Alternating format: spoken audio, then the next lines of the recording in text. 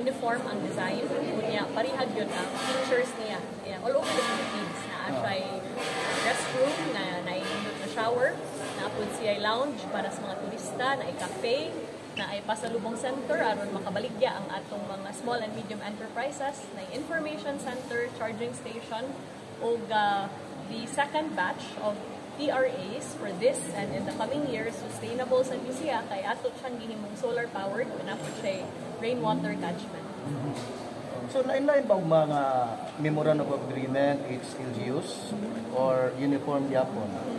Uniform sa dang atong memorandum of agreement in a sense nga ato gid ni siyang gihimo nga national and local government partnership. Kung diin ang atong national nga panggobyerno pamaagi sa Department of Tourism and Piazza mao ang mo partner sa atong LGU nga mao ang mo provide sa yuta aron nga ma-provide nato ang specific